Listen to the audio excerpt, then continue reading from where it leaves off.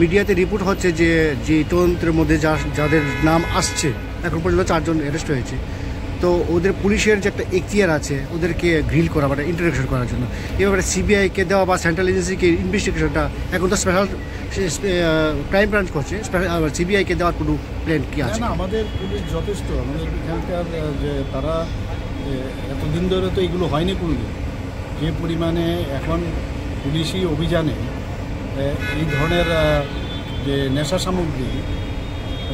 এখন ধরা পড়ছে, এইগুলো ধরা পড়ছে, এখন বিরোধীরা বলবে এখানে নেশার রাজ্য হয়ে গেছে এখানে,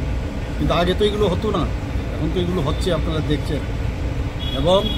অ্যারেস্টও হচ্ছে। এবং আমি নিশ্চিত যে যেভাবে চলছে পুলিশের উপর আস্থা আছে, বিচার ব্যবস্থার উপর আমাদের আস্থা আছে, সাজা হবে এবং মানে